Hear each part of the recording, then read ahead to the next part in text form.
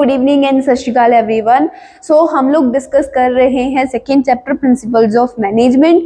जैसे कि मैंने आप लोगों को पहले भी बताया था कि इस चैप्टर में हम लोग दो लोगों की थ्योरीज पढ़ने वाले हैं, एक हेनरी फ्योल और दूसरा एफ.डब्ल्यू. टेलर की। ठीक है, तो हेनरी फ्योल ने हमें जनरल मैनेजमेंट के 14 प्रिंसिपल्स की थ्योरी दी है जो कि हम लोग डिस्कस कर चुके हैं। अगर इन 14 प्रिंसिपल्स में से आपको कोई भी डाउट, कोई भी क्वेरी है तो वो आप कमेंट डाउन कर सकते हो। नाउ एक जो एफ.डब्ल्यू. की थ्योरी है वो हम नेक्स्ट लेक्चर से स्टार्ट करेंगे। आज के इस लेक्चर में हेनरी फ्योल के प्रिंसिपल्स ऑफ मैनेजमेंट के फीचर्स एंड सिग्निफिकेंस के बारे में हम लोग बात करने वाले हैं कि क्या क्या फीचर्स हैं इन प्रिंसिपल्स के और क्यों जरूरी है इन प्रिंसिपल्स को फॉलो करना। तो सबसे पहले फीचर्स देखते हैं। तो देखो, सबसे पहला फीचर है यूनिवर्सल एप्लीकेबिलिटी। हेनरी फ्योल के इस प्रिंसिपल के इस फीचर के अकॉर्डिंग जो प्रिंसिपल्स हैं सारे के सारे वो यूनिवर्सली एप्लीकेबल है, यानी कि मैटर नहीं करता कि बिजनेस ऑर्गेनाइजेशन है या फिर कोई नॉन बिजनेस ऑर्गेनाइजेशन है, हर जगह आप इन प्रिंसिपल्स ऑफ मैनेजमेंट को अप्लाई कर सकते हो। देखो यार, नॉर्मल सी बात है, यूनिटी ऑफ कमांड ऐसा तो नहीं है कि सिर्फ बिजनेस में ही फॉलो होगा। अगर आप नॉर्मल भी किसी भी पर्सन की सिचुएशन लेकर अगर चलोगे, अगर एक ही टाइम पर एक बंदे को दो जन आकर ऑर्डर्स दे रहे हैं, दो जन आकर कोई काम बोल रहे हैं, तो ऑब्वियस सी बात है कि वो पर्सन जो है वो कंफ्यूज होगा, उसे नहीं समझ आएगा कि पहले किसका काम किया जाए। तो हो सकता है कि वो दोनों का ही काम ना कर पाए। तो यही बात जो है वो हमें यूनिटी ऑफ कमांड प्रिंसिपल बोलता है कि अगर आप एक सबऑर्डिनेट को दो सुपीरियर्स एक ही टाइम पर आकर काम दोगे तो वो सबऑर्डिनेट किसी भी सुपीरियर का काम एफिशिएंटली नहीं कर पाएगा। वहां पर आप उसकी आंसरेबिलिटी, अकाउंटेबिलिटी जो है वो फिक्स नहीं कर पाओगे, यानी कि उस पर्सन की अकाउंटेबिलिटी, जवाबदेही नहीं होगी कि उसने काम क्यों नहीं किया, क्योंकि वो बहाना लगा देगा कि मुझे उसने भी काम दे दिया था, मुझे उसने भी काम दे दिया था।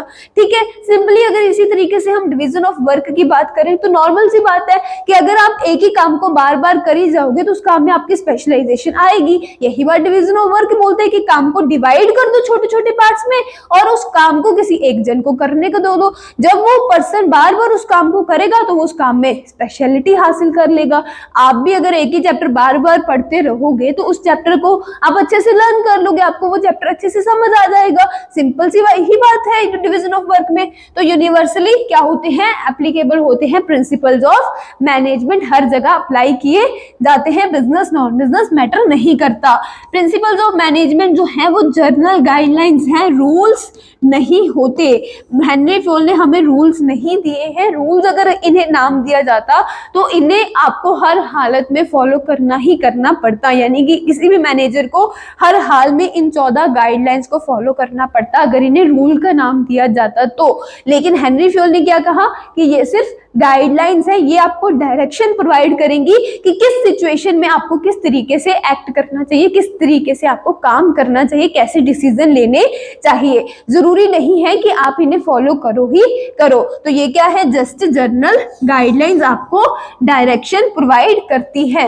रूल्स जैसे कि ट्रैफिक रूल्स हर एक को मानने ही पड़ते हैं, वैसे प्रिंसिपल्स ऑफ मैनेजमेंट के साथ नहीं है कि आपको मानने ही पड़ेंगे। उसने सिचुएशन वाइज बता दिया कि ऐसा करोगे तो ऐसा हो जाएगा। अब आपके ऊपर डिपेंड करता है कि आपको वो मानना है या फिर नहीं मानना। सारे के सारे प्रिंसिपल्स प्रैक्टिस और एक्सपेरिमेंट करके बनाए गए हैं। सारे के सारे प्रिंसिपल्स जो है वो फ्लेक्सिबल है। जैसे जैसे एनवायरनमेंट में, जैसे जैसे सर्कमस्टांसेस में चेंजेस होंगे उसी according in principles of management में भी चेंजेस किए जा सकते हैं। एनवायरनमेंट जो है वो फिक्स नहीं होता, फ्यूचर जो है वो अनसर्टेन होता है, कुछ ना कुछ चेंज होगा ही एनवायरनमेंट में। तो उस चेंज के अकॉर्डिंग आप प्रिंसिपल्स ऑफ मैनेजमेंट में भी चेंजेस कर सकते हो। मेनली बिहेवियर, सारे के सारे प्रिंसिपल्स जो हैं वो ह्यूमन बिहेवियर से रिलेटेड है। देख लो, सभी प्रिंसिपल्स में ह्यूमन बिहेवियर की बात की गई है। यूनिटी ऑफ कमांड में ह्यूमन बिहेवियर की बात की गई है, डिवीजन ऑफ वर्क में ह्यूमन बिहेवियर की बात की गई है, रेम्यूनरेशन, हर एक प्रिंसिपल में ह्यूमन बिहेवियर की ही बात की गई है। रेम्यूनरेशन की अगर बात करें, अगर आप एम्प्लॉय से काम करवा रहे हो, उस काम के अकॉर्डिंग उसे प्रॉपरली वेजेस या फिर सैलरी नहीं दे रहे तो वो डीमोटिवेटेड होगा, मोरल उसका कम हो जाएगा, उसका काम में दिल नहीं लगेगा और काम वो प्रॉपरली नहीं करेगा, उसकी एफिशिएंसी रिड्यूस हो जाएगी।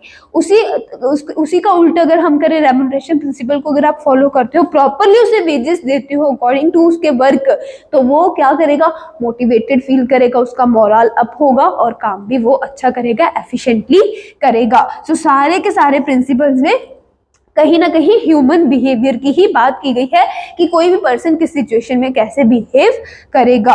कॉज और इफेक्ट का रिलेशनशिप बताते हैं कि अगर ऐसा करोगे उसका रिजल्ट ऐसा होगा। अगर एक काम पर एक सबऑर्डिनेट को दो सुपीरियर काम देंगे तो उसका रिजल्ट क्या होगा, कंफ्यूजन, एफिशिएंसी डिक्रीज हो जाएगी, काम नहीं हो पाएगा, अकाउंटेबिलिटी फिक्स नहीं कर पाओगे। तो हर एक प्रिंसिपल जो है वो कुछ कॉज और इफेक्ट का रिलेशनशिप बताता है।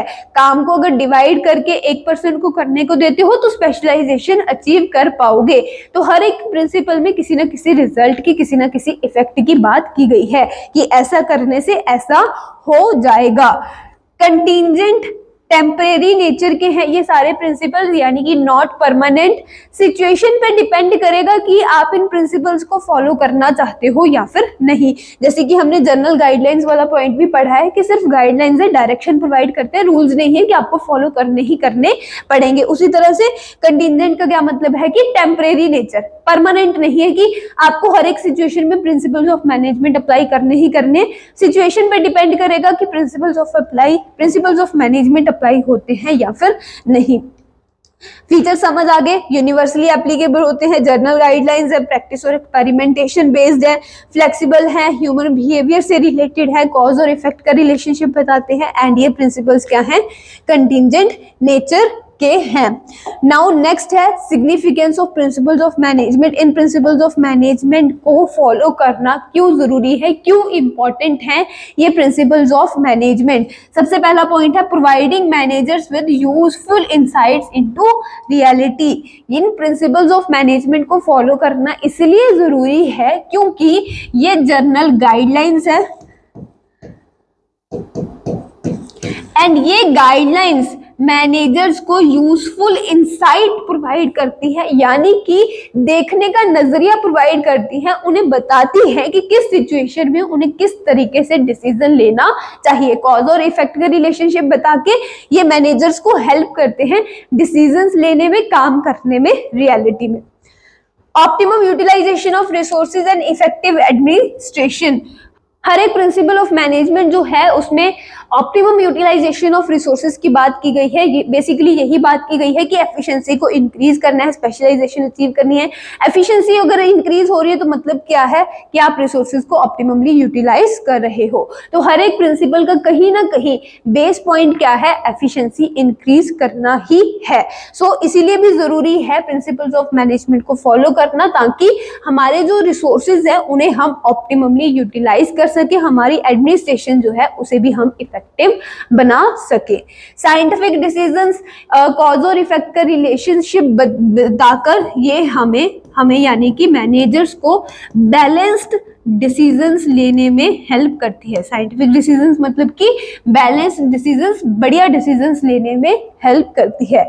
Meeting changing environmental requirements, flexible होते हैं प्रिंसिपल्स ऑफ मैनेजमेंट। तो अगर एनवायरमेंट में कोई चेंज हो रहा है तो उस अकॉर्डिंग हम प्रिंसिपल्स ऑफ मैनेजमेंट में भी चेंजेस कर सकते हैं। तो इसीलिए अगर चेंजिंग एनवायरमेंट की रिक्वायरमेंट्स हैं तो उनको भी मीट करने में प्रिंसिपल्स ऑफ मैनेजमेंट हमें हेल्प करते हैं, हम प्रिंसिपल्स ऑफ मैनेजमेंट को चेंजेस कर सकते हैं।